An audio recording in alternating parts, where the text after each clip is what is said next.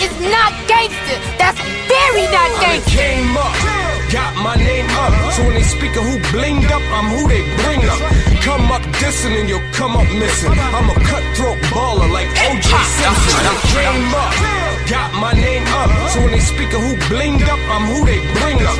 Come up dissing and you'll Say that again. I couldn't hear you over the sound of me myself. I done came up, got my name up. So when they speak of who blinged up, I'm who they bring up. Come up dissing and you'll come up missing. I'm a cutthroat baller like O.J. Simpson. Little homie, listen, try and serve me. I put a 25 in your back like Barry Bonds jersey. On the streets, on the beach, y'all ain't able. Cause too I shit on rappers like major labels. What's with the ice grilling, homie? Change your face. This either do more to tan you to change your race. Girls love metaphor, and I love them back. Addicted to getting head, chicks call me the brainiac. Battle rap with words raw like Jihad. I write dope, flow crack, my notepad need rehab. Fuck y'all CDs, y'all can't see these or touch these. Rhyme so chronic, my songs give you the munchies.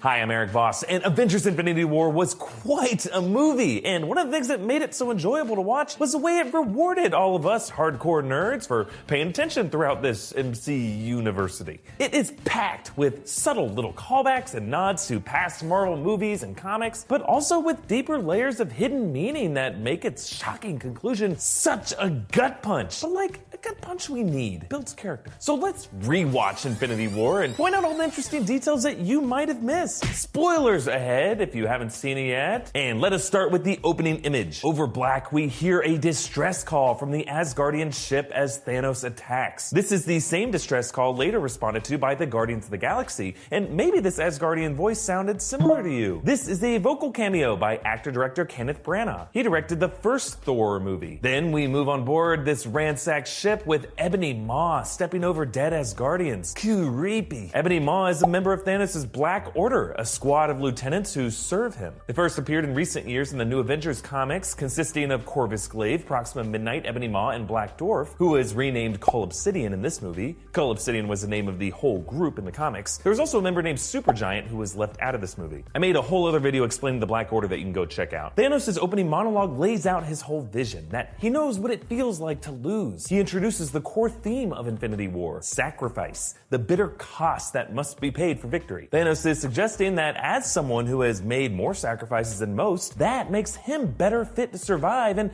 more deserving of his goals. And as the character of this movie who most aggressively goes after what he wants, this moment establishes Thanos as the protagonist of Infinity War. Really, as you're rewatching it, you should look at Thanos as the hero of this movie. Is that historical revisionism? Maybe. Shut up. Loki surprises Thanos by telling him, "We have a Hulk." This is a callback to Tony Stark's face-to-face with Loki in the first Avengers. I have an army. We have a Hulk. Loki borrowing Stark's line here shows us how far the previous villain has come. He's still the god of mischief, but now there's a genuine affection for his brother and his friends. Notice how when he introduces himself as Odin's son, he gives Thor a look of sadness. For me, this echoes Odin's death in Thor Ragnarok. My sons, I've been waiting for you. Odin finally greeting Loki as his own blood there was a huge deal for the Black Sheep. And by calling himself Odinson here, he's calling Thor a true brother. Loki's death is a real crushing way to open the film. It lets us know that the previous favorite villain of the MCU has been usurped. Notice how Thanos tells Thor, "No resurrections this time." This is a callback to Loki's history of faking his own death, like at the end of Thor the Dark World. Come to think, that hoax might have been how Loki was able to avoid Thanos' wrath after failing him in the Avengers. After his charade was revealed in Ragnarok, Loki's days were pretty much numbered. This scene also features the death of Heimdall, who makes another callback when he prays to the Allfathers to give him the dark energy to activate the Bifrost to teleport Hulk to safety. Loki actually mentioned the Allfathers to Thor in the first Avengers. With the Bifrost gone, how much dark energy did the Allfather have to muster to conjure you here? After Thanos escapes with the Space Stone, Hulk crashes back to New York, forming a crater in the Sanctum Sanctorum. This is a reference to the Marvel Comics when the Silver Surfer crashed crash landed in the Sanctum, warning them about Thanos. Meanwhile, over in the park, Tony Stark tells Pepper Potts about dreaming of having a kid named Morgan. In the comics, Morgan Stark is actually the name of Tony's cousin. It's interesting that Tony's so hung up on that sensation of waking up from a dream and momentarily feeling like it's real. His confusing dreams with reality could be foreshadowing the film's conclusion. Remember, in Age of Ultron, Tony envisioned a nightmare showing all of his fellow Avengers dead, or maybe just sleepy. Now, I know, the main OG Avengers happened to make it out of this movie fine, but overall, Tony's catastrophic nightmare scenario does become a reality by the time the credits roll. Back in the Sanctum, Tony butts heads with Doctor Strange, leaning against the Cauldron of the Cosmos. That cauldron is from the Doctor Strange comics. Strange uses it to help Spider-Man look backwards in time. They also joke about Ben & Jerry's naming ice cream flavors after them, Stark raving hazelnuts and a hunka hulka burning fudge. That's a riff on the Elvis song, a hunka hunka burning love. Tony mocks Strange, asking, what is your job exactly besides making balloon animals? This could be a reference to a bit Benedict Cumberbatch did as Doctor Strange with Jimmy Kimmel. But Strange's response is interesting. Protecting your reality, douchebag. Strange is reminding us that there are multiple realities, a vast multiverse that he has explored. This could be setting up one possible solution to ultimately defeating Thanos, maybe bringing the fight into another reality where the rules of time and space operate differently. Tony admits that he lost track of Vision, and Bruce scolds him for losing another Superbot. He's referring to Ultron, the Superbot whose tech led to Vision's creation, a process that, no matter how many times I rewatch Age of Ultron, I don't think I will ever fully understand. Then Tony pulls out this flip phone to call Steve Rogers. This is a callback to Captain America Civil War, which ended with Cap FedExing Tony Stank a letter and this old man flip phone to stay in touch. Next, we get our first shot of Peter Parker in this movie with this close-up of the hairs on his arms shooting up. This is the first instance in the MCU of Spidey sense. Apparently, Spider-Man did have it in Homecoming, we just never saw him use it. It's interesting that the Russos depict it this way. Traditionally, Spider-Man's Spidey sense comes from a real-life spider's actual ability to sense vibrations through tiny hairs that cover their bodies. So Peter's hair sticking up here is actually grounded in science, making it the only thing in this movie to have any real scientific basis. We get our traditional cameo from Stan Lee as the school bus driver, and then Peter's t-shirt here has another goofy caption, like all the ones he wore in Homecoming, lettuce, the taste of sadness. That's a little depressing to rewatch this movie and know that by the end, Peter will teach us a whole new taste of sadness.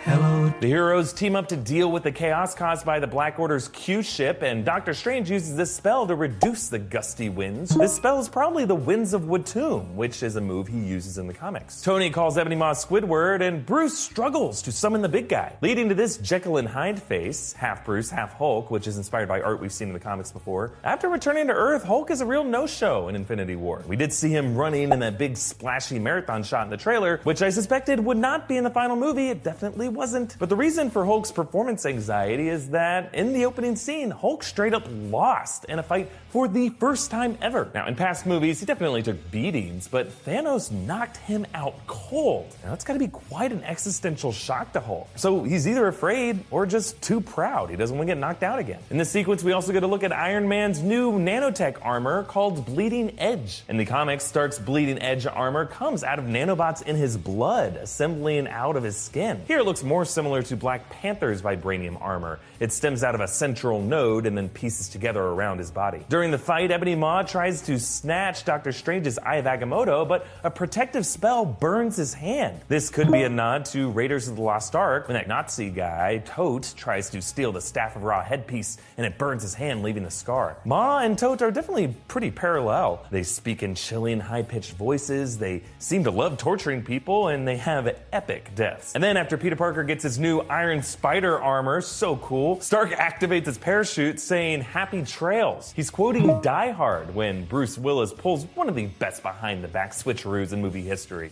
Happy trails, Hans. Okay, moving on to the Guardians of the Galaxy. The song they're listening to is Rubber Band Man by the Detroit Spinners. This track is actually from Yondu Zune, which Peter Quill picked up at the end of Volume 2. Teenage Groot is playing a handheld video game, Defender. This was an arcade game, also an Atari 2600 game. This could be a nod to the Defenders, one of the few Marvel screen adaptations not otherwise to make it into this movie. The plot of the game also involves defending Earth from aliens, so it's a pretty appropriate choice. The Guardians run into Thor, leading to some pretty amazing comedy between the Chris's. I should point out that Thor reports that Thanos slaughtered half of his Asgardian survivors. Now, to me, it looked like all of them were dead. But if we take Thor at his word, Valkyrie, Korg, and Meek, who were all on that ship at the end of Ragnarok, might have been among those survivors. Thor, Rocket, and Groot split off to Nidavellir, which is a place from the Marvel Comics. It's one of the Asgardian 9 worlds. Along with Asgard, it's where their weaponry comes from. It's cool that we actually get to see this place in the movie. Until now, Thor has mentioned that his hammer, Mjolnir, was forged in the heart of a dying star, but Infinity War confirms that he meant a literal dying star, and we get to see that star in action. If you were a blacksmith, you probably really dug this plotline. If you didn't, it's always fun to hear Thor call Rocket Rabbit. Definitely one of my favorite running jokes in these movies. That's how eyesight works, you stupid raccoon. Don't call me a raccoon!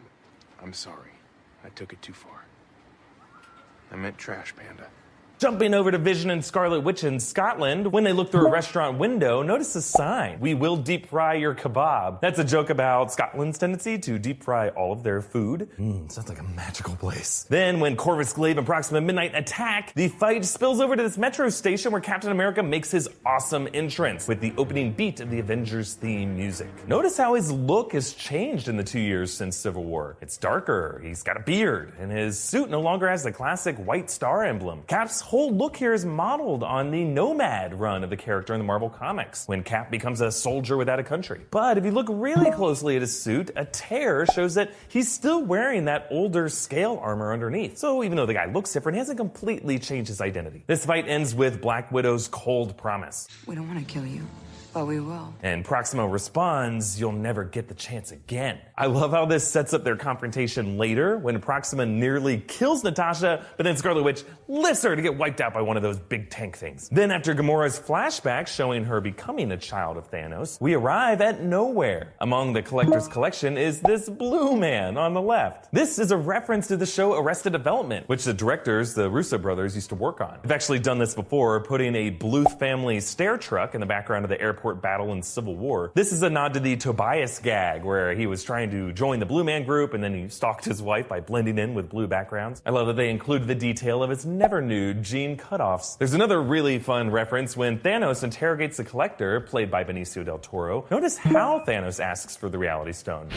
Where's the stone? Thanos is doing an impression of Del Toro's character in the movie Snatch, Frankie Four Fingers, who was a jewel thief. Where is the stone?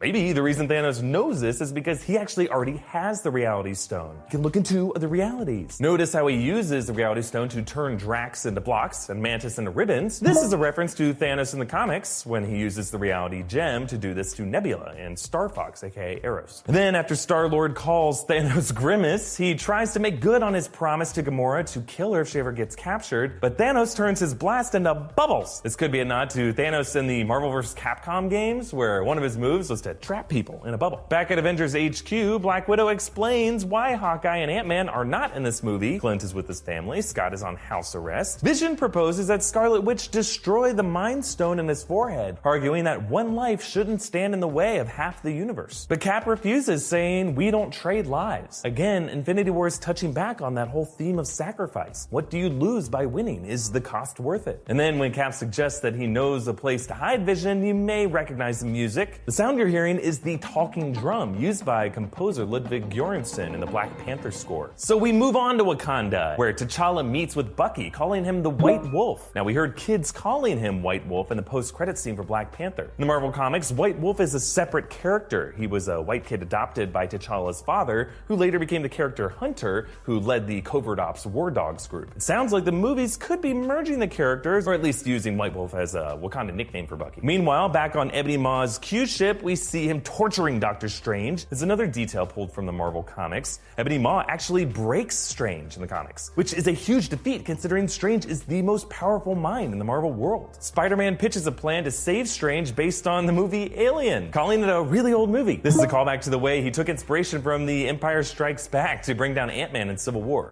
Hey guys, you ever seen that really old movie? Empire Strikes Back? You know that part? Where they're on the snow planet? But the walking thingy! His plan here, it turns out, is exactly how Ripley defeats the xenomorph at the end of Alien, as well as the xenomorph queen in Aliens. Blow the sucker out into space. Ebony Maw even makes the same angry pose as he floats away that the alien queen did at the end of Aliens. Later, Peter screams at Mantis to not lay eggs inside him, referencing the xenomorph facehuggers who incubate offspring inside the host, burst out their chest. During the fight with Ebony Maw, the Iron Spider suit releases these spider legs. These are from the Marvel Civil War comics. They're called Waldos. And I'm so glad that the movie left these out of the trailers and left them as a surprise. Peter shouts, "What are those?" Which is a callback to Shuri's line in Black Panther. Is what are those? Both are referencing the meme. Question for you. What are those? Back on Thanos' ship, he shows Gamora how he's torturing Nebula with this cool shot rotating around to show how she's been pulled out into pieces. Now, Thanos tortures Nebula in the Infinity Gauntlet comics, but it's even more graphic there. He basically burns her and forces her to stay alive. Gamora is seeing Nebula's various machine parts all splayed out, echoes Nebula explaining her cruel upbringing to Kraglin in Guardians of the Galaxy Volume 2. Every time my sister prevailed, my father would replace a piece of me with machinery. But she won. Again and again and again, never once refraining. So this image reminds Gamora of her guilt for doing this to her sister, and it motivates why she concedes to take Thanos to the Soul Stone. Meanwhile, with Thor's group, Rocket gives Thor this replacement eye. This is a callback to Rocket's weird interest in stolen body parts, specifically the Ravager eye that he stole in Guardians Volume 2. Now, this eye isn't that same one exactly. Rocket says that he found this one on Contraxia, which was the frozen planet that we saw in that movie. Then they arrive at Nidavellir, where they meet Peter Dinklage's character. He plays Eitri, the king of the dwarves. They work as foragers and blacksmiths. He is their sole survivor. Eitri reveals that Thanos forced him to build the Infinity Gauntlet, and he blames Thor for not protecting him and his people. This actually answers a key question that has kept coming up. Why did Thanos only attack now? What has he been waiting for? Well, the answer is a way to contain all the Infinity Stones. He couldn't wield all of them together without this gauntlet. It was forged in the heat of the same dying star that produced Mjolnir. For ages, Nidavellir was protected by Asgard, but recent events changed that. Odin went missing, and Loki basically allowed the 9 realms to fall into chaos. Then in Thor Ragnarok, Odin died, Hela returned, and that eventually resulted in the complete obliteration of Asgard. All of this left Nidavellir open to attack, allowing Thanos to get the one tool he needed to really move forward with his Infinity plot. Now, this does kind of present a bit of a timeline hiccup, because we did see Thanos put on that gauntlet in a post-credit scene after Age of Ultron, but maybe we can assume that scene took place after Thanos sacked Nidavellir following the events of Ragnarok. The new hammer that Eitri forges for Thor is called Stormbreaker, which is another Marvel Comics reference. That's the name of the battle axe carried by Beta Ray Bill, who was a Corbinite version of Thor.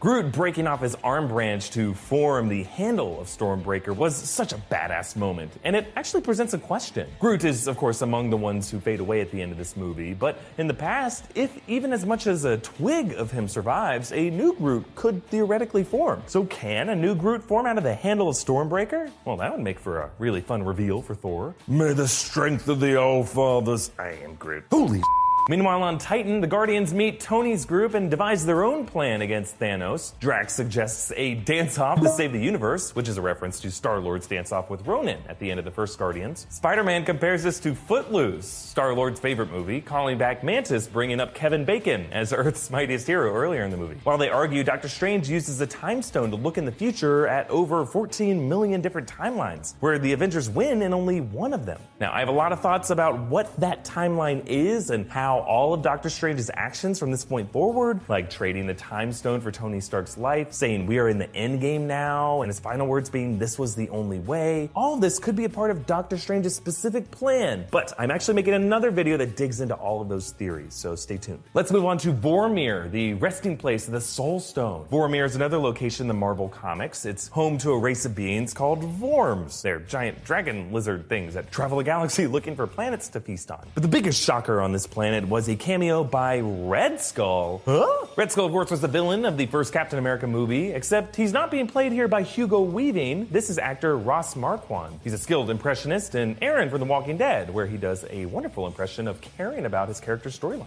We last saw Red Skull trying to harness the Tesseract, but the power of the Space Stone sucked him into the cosmos. He explains to Thanos and Gamora that he wasn't deemed worthy to wield the Space Stone, so now he has to serve as a keeper of the Soul Stone. alone. His hooded appearance might possibly be meant to evoke Mistress Death from the Infinity Gauntlet comics, the cosmic entity Thanos is in love with and does everything for. If you listen closely, Red Skull references Alars. Alars is an Eternal in the Marvel Comics. It's the name of Thanos' father. This whole moment is perhaps the movie's most emotional example of that sacrifice theme that I mentioned before. This idea of a soul for a soul, having to give up someone you love, it's an archetypal story beat that we've seen over and over again in mythology. In the Bible, Abraham has to sacrifice his son Isaac before a last minute, just kidding, from God. And in the Game of Thrones book series, The Legend of Azor Ahai required him to plunge his sword into the heart of his wife, Nissa Nissa, to forge Lightbringer. It's this moment that Thanos becomes more than a simple villain. It truly breaks his heart to kill Gamora. And afterward, he returns to Titan and talks with Doctor Strange about his motivations. Thanos uses the Reality Stone to show Strange Titan's utopian past before overpopulation destroyed its environment. Now, this is a major change from Thanos' backstory in the comics, which casted him as a young loner and pacifist who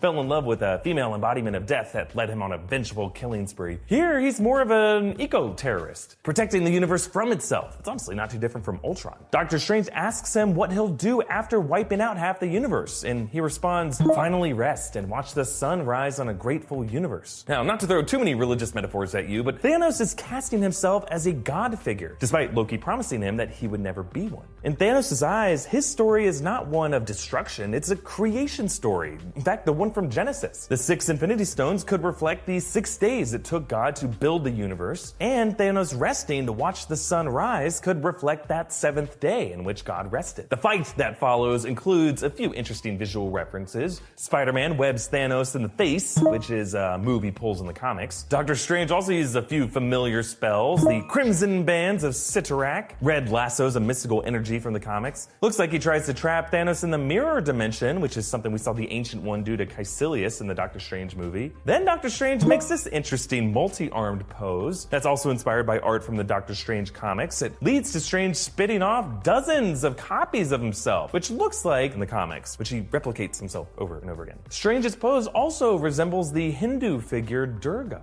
the goddess of war. Durga translates to invincible, so maybe Doctor Strange is using this imagery to intimidate Thanos. But Thanos isn't fooled. He knows which Strange is the real one. This could be a benefit of having the Reality Stone or the Soul Stone. Some of you also asked about Thanos recognizing Stark and saying, "You're not the only one cursed with knowledge." So maybe this means that acquiring the Soul Stone connected Thanos to all the souls of the universe, knowing where each of them are and everything about them. Or maybe Thanos just remembers the asshole who popped up into a wormhole from Earth and nuked his army.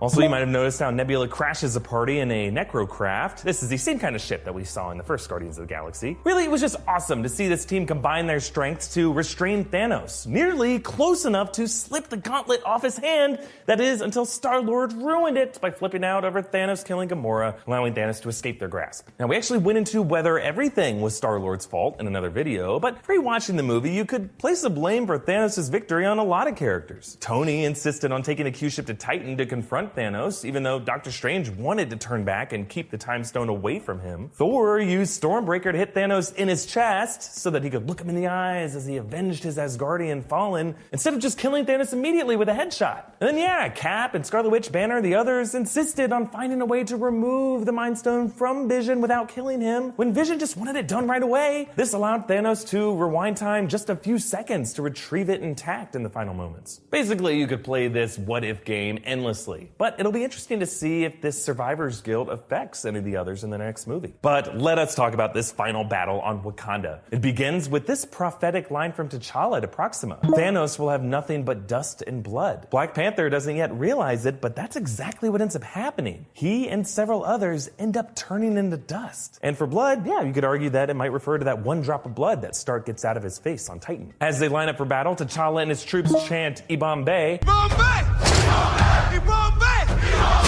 which is a word in the South African language of Hosa, which Wakandan is based on, translating to hold fast or hold strong. The 4-armed foot soldiers that they fight are called Outriders. They're pretty beastly and animalistic in this movie, but in the comics, they're genetically engineered assassins that can turn invisible and read people's minds while they sleep. In the opening charge against these guys, we see Cap and Black Panther sprinting out ahead of the front line. This echoes their super fast foot chase in Civil War, and it's just satisfying to see them running side by side this time, like their goals are aligned. Thor's entrance in this battle is truly epic. It's one of the moments that I think is really justified standing up and clapping as you're watching the movie. It definitely recalls his God of Thunder return in Ragnarok, but if you look closely, it appears that he uses the Bifrost to bring himself here. That's interesting. This could mean Stormbreaker possesses the power of the Bifrost. Remember, while he held open that forge, he did pray to the Allfathers to give him strength, so perhaps this whole new weapon allows him to teleport from place to place. Nifty. We get a few more great pairings. Bucky lifts Rocket to spin him around as he lights up the Outriders. This is a callback to Guardians when Rocket does this with Groot. Afterward, Rocket asks Bucky how much for the arm, chuckling and saying, "Oh, I'm gonna get that arm." This is another callback to Guardians when Rocket jokingly requested that he wanted that guy's prosthetic leg. But all their efforts are for naught,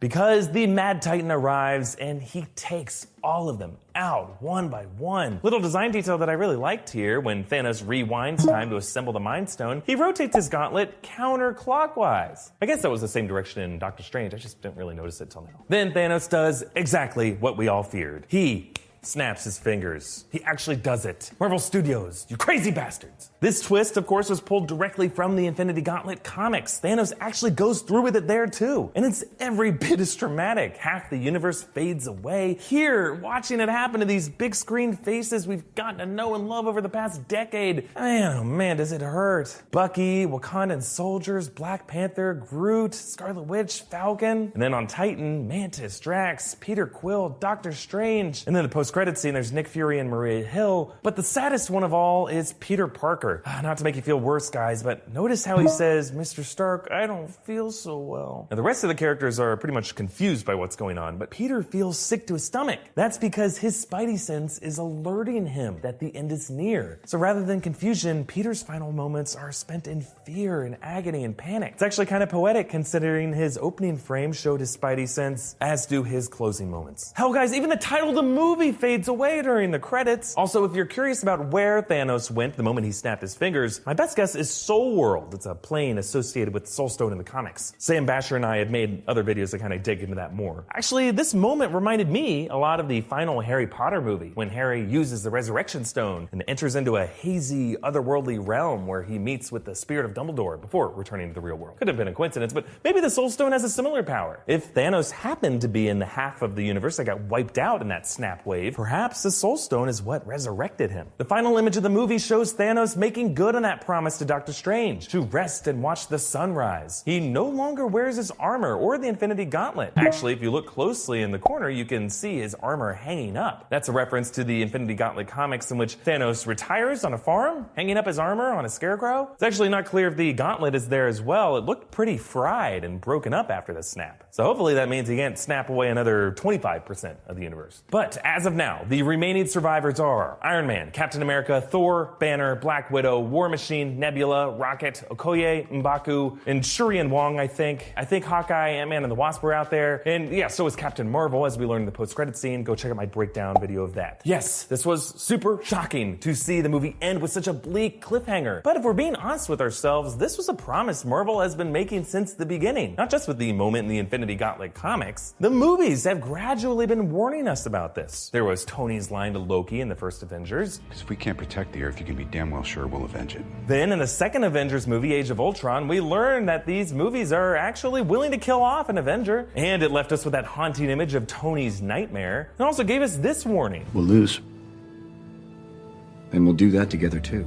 And then the last two MCU movies to lead into this one made us grow up a little. Thor Ragnarok ended by following through on the promise of its premise, by actually destroying Asgard, while people watched helplessly. Shortly after that, Black Panther forced us to actually empathize with a villain, to see the logic in an evil plan. Both movies helped prepare us for Thanos, a villain with an empathetic, apocalyptic plan that we were just helpless to watch. But just as Thanos' sacrifice made him stronger, the losses of the Avengers will make them stronger too. 2, inspiring them to fulfill the promise of their identities, to avenge. Now, you may still have a lot of questions about Infinity War, and we've already started to answer a lot of them that have come up in our heads with other videos, like what happens in this movie's ending and the post-credit scene, how exactly does the Soul Stone work, and what are the ways that the Avengers could fight back in the next movie, where is Hawkeye? Go watch all those videos on those subjects. But we also got even more questions to dig into in the pipeline, like how much of this defeat was part of the timeline that Doctor Strange foresaw, and what exactly was his plan? And what exactly happened to the characters who appeared to die? Can they come back? And who else might have died that we didn't see? But a question I want to leave you with is, which of the surviving characters do you think will survive the final confrontation with Thanos in Avengers 4? Comment down below to let me know your thoughts. And thank you to our sponsor Skillshare for helping us make this video. Skillshare is an online learning community with thousands of classes in design, business, technology, and more. Its premium membership gives you unlimited access to high-quality classes on must-know topics so you can improve your skills, unlock new opportunities, and do the work you love. The work I love is writing, and the hardest part of writing for me is commitment to a routine. So I really love Simon Van Buie's Writer's Toolkit, 6 Steps to a Successful Writing Habit. His steps were really helpful in helping me be more productive, so if you do any creative work, I highly recommend it. Skillshare is also more affordable than most learning platforms out there. An annual subscription is less than $10 a month. But we're even going to do a special offer for you guys. The first 500 people to sign up with the link in the description below will get their first 2 months for free. Just go to skl.sh/newrockstars3 or click on the link in the description. For all of you, you can tweet me directly at EA Voss or follow New Rockstars on Twitter for updates on our videos. Like and share this video, subscribe to New Rockstars for all of our coverage on Avengers Infinity War. Thanks for watching, everybody. Bye. To the end of the road. To the end. Still I can't let go. No, no, no, no, no, no.